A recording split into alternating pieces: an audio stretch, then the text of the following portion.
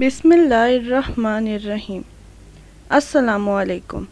एक काजी ने अपने शागिर्दों का इम्तिहान लेने के लिए इनके सामने एक मुकदमा रखा और इनको अपनी राय लिखने को कहा। एक शख्स के घर मेहमान आए। इसने इनकी खातिर मदारत की, अपने मुलाजिम को दूध लेने भेजा ताकि मेहमानों के लिए खीर बनाई जाए। मुलाजिम दूध का बर्तन सर पर रखे आ रहा था कि ऊपर से एक चील गुजरी जिसके पंजों में सांप था। सांप के मुंह से जहर के कतरे निकले जो दूध में जा गिरे।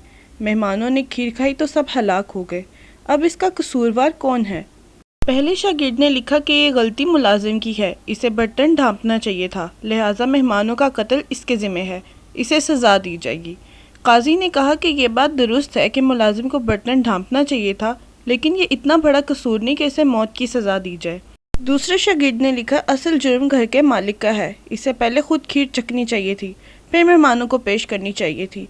काजी ने यह जवाज़ भी मुस्तरद कर दिया। तीसरे ने लिखा, यह एक इत्तफाकी वाक़या है, मेहमानों की तकदीर में मरना लिखा था, इसमें किसी को सज़ावार करार नहीं दिया जा सकता। काजी ने कहा कि ये किसी जज की अप्रोच नहीं होनी चाहिए। जज अगर मुकदमा तकदीर पर डाल देगा तो इंसाफ कौन करेगा?